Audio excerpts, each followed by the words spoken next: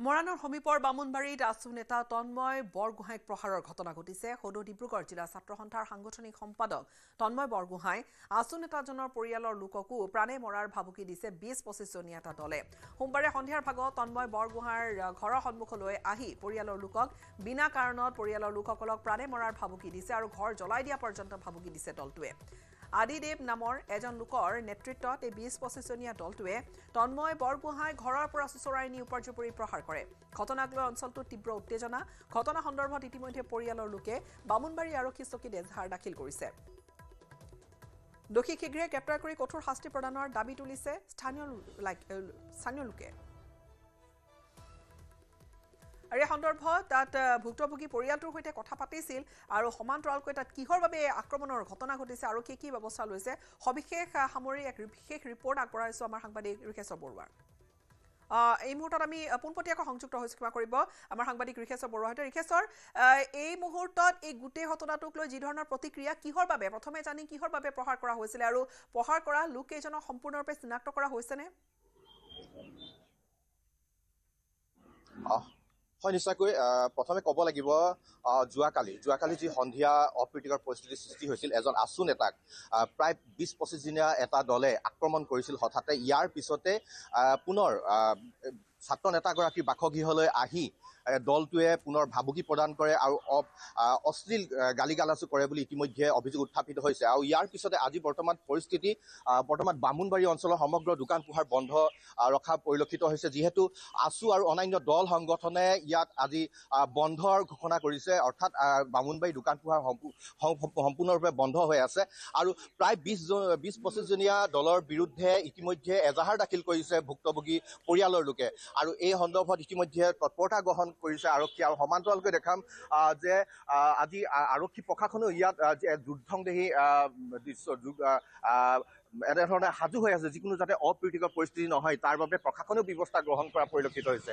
আছুৰ বিষয়ববীয়া আছে, কেনেধৰণে আচলতে কি পৰিস্থিতি হৈছিল, আচলতে কিহৰ বাবে এনেধৰণৰ ঘটনা সংঘটিত হ'ব পাৰে? যোৱাকালি তন্ময় বুঢ়াগোহাঁইৰ ল'ৰা এজনক কালি তেওঁলোকৰ ঘৰত গৈ আক্ৰমণ কৰিছে অনা অসমীয়াই। এই অনা অসমীয়াক আমি ইয়াৰ পৰা কৈ দিছোঁ যে আমি এজন খিলঞ্জীয়া ভূমিপুত্ৰ ল'ৰাক তেওঁলোকে কেনেকৈ ঘৰত গৈ গেটখন ঘূৰিয়াইছে, ৱাল ভাঙি দিম কৈছে, তেনেধৰণৰ কোনো আমি কথা সহ্য কৰিব নোৱাৰোঁ। তেনে ভয় ভাবুকি আমি মানি ল'ব নোৱাৰোঁ এজন খিলঞ্জীয়া ভূমিপুত্ৰ হিচাপে। ইয়াৰ পৰা হুঁচিয়াৰ কৈ দিছোঁ, অনা অসমীয়া তোমালোকে আছা, থাকা, ব্যৱসায় কৰিছা, আমাক ক'বলগীয়া একো নাই। তোমালোকে বিজনেছ কৰিছা, তোমালোকে কোটি কোটি টকা উপাৰ্জন কৰিছা, আমাক ক'বলৈ একো নাই। সদায় সমিল মিলে এখন সমাজ চলি গৈছে। আজি বামুণবাৰীৰ নিচিনা জেগাডোখৰত আমি কোনো দিন বেয়া ব্যৱহাৰ কৰি পোৱা নাই।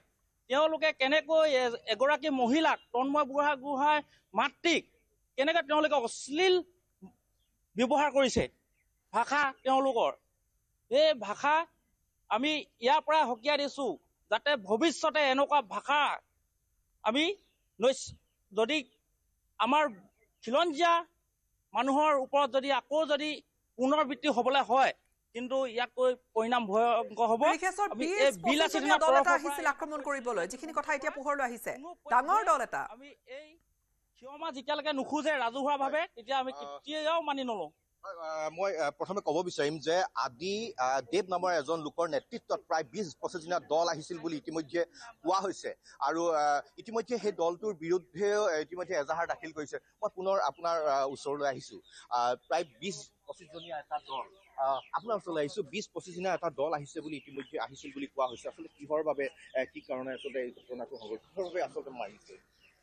কালি আচলতে তেওঁলোকৰ যি বাসন্তী পূজা আছিল, বাসন্তী পূজাৰ কালি বিসৰ্জনৰ সময়ত আমাৰ তন্ময় বুঢ়াগোহাঁইৰ নিচেই ঘৰৰ কাষতে তেওঁলোকে যি বিসৰ্জন দিবলৈ আহিছিল, সেই সময়তে আমি জনামতে তেওঁলোকে তন্ময় বুঢ়াগোহাঁইৰ লগত কি ধৰণৰ কথাত তেওঁলোকে আচলতে এনেধৰণৰ ঘটনা সংঘটিত কৰিলে সেয়া আমি ভালদৰে গম পোৱা নাই। কিন্তু আমি এই কথাষাৰক গৰিহণা দিছোঁ, আমি এই কথাখনক তীব্ৰভাৱে গৰিহণা দিছোঁ, কিয়নো এজন খিলঞ্জীয়া ভূমিপুত্ৰক তেওঁলোকে আহি যি ধৰণে ব্যৱহাৰ কৰিলে, তেওঁক ডিঙিত ধৰি চোচৰাই অনাৰ কথা আমি গম পাইছোঁ। তন্ময় বুঢ়াগোহাঁইক ২০-২৫ জনীয়া এটা দলে আহি তেওঁৰ ডিঙিত ধৰি চোচৰাই আনিছে, ঘৰৰ ভিতৰলৈ সোমাই যাবলৈ চেষ্টা কৰিছে। তন্ময় বুঢ়াগোহাঁইৰ মাতৃ আহি যেতিয়া গেটৰ তলা লগাই দিছে, তেতিয়া তেওঁলোকে গেটত গোৰ মাৰি অশ্লীল শব্দৰে গালি গালাজ পাৰিছে।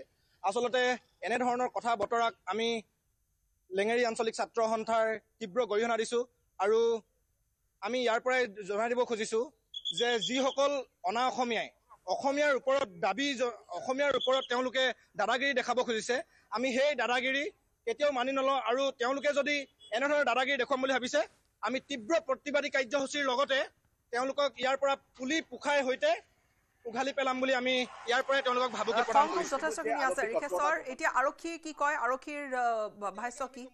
তিনিজনক গ্ৰেপ্তাৰ কৰিছে। প্ৰায় 20-25 জনীয়া দলটো আমাৰ এটাই দাবী যে সেই গোটেই 20-25 জনৰ যিটো দল, সেই দলটোক গ্ৰেপ্তাৰ কৰিব লাগিব, তেতিয়াহে আমি শান্ত হ'ম আৰু তেওঁলোকে ৰাজহুৱাভাৱে আমাক ক্ষমা খুজিব লাগিব। ধন্যবাদ জনাইছোঁ।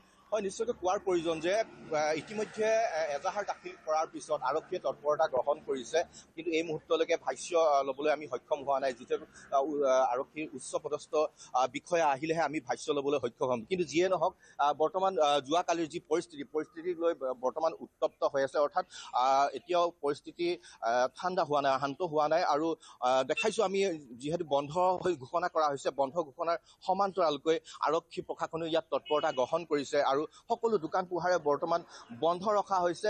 আৰু তাত আৰক্ষী নিৰাপত্তাৰক্ষী বহুখিনি তাত আছে, আৰক্ষী জোৱান বহুখিনি আমি দেখিছোঁ তাত উপস্থিত হৈছে, আৰক্ষীৰ লোক উপস্থিত হৈছে। আমি পৰৱৰ্তী সময়ছোৱাত পুনৰ অধিক জানিম আপোনাৰ পৰা। ধন্যবাদ। মৰাণৰ এই ঘটনাটোক লৈ কিন্তু প্ৰতিক্ৰিয়া আচলতে অব্যাহত আছে।